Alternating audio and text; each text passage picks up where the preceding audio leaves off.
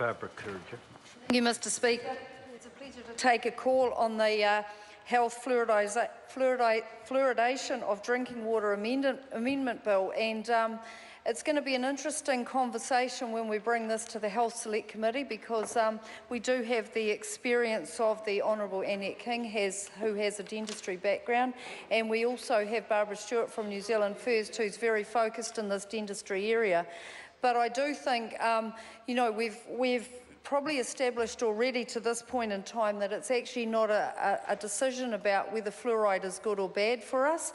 A quote from Professor Sir Peter Gluckman, who's the Prime Minister's Chief Science Advisor, said it absolutely clear that at doses used in New Zealand to adjust the natural level to one that is consistent with beneficial effects, 0.7 to 1.0 parts per million, there is no risk from fluoride in the water.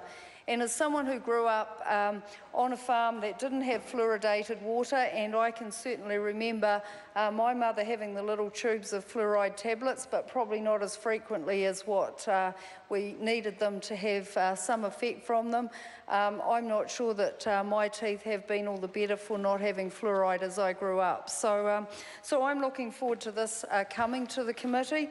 The bill does enable, if it passes eventually, which I hope it does, the district health boards rather than the local authorities to decide whether communities' water supplies are fluoridated, because at the end of the day this is a health issue.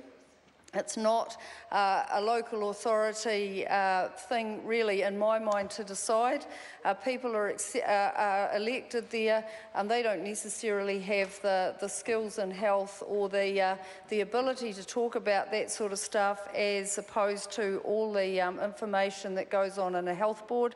And I think when it comes to local authorities doing these, making these decisions, they're more likely to have a huge amount of lobbyists that they can't really, you know, they won't all have the ability to be able to make the case back in the other direction.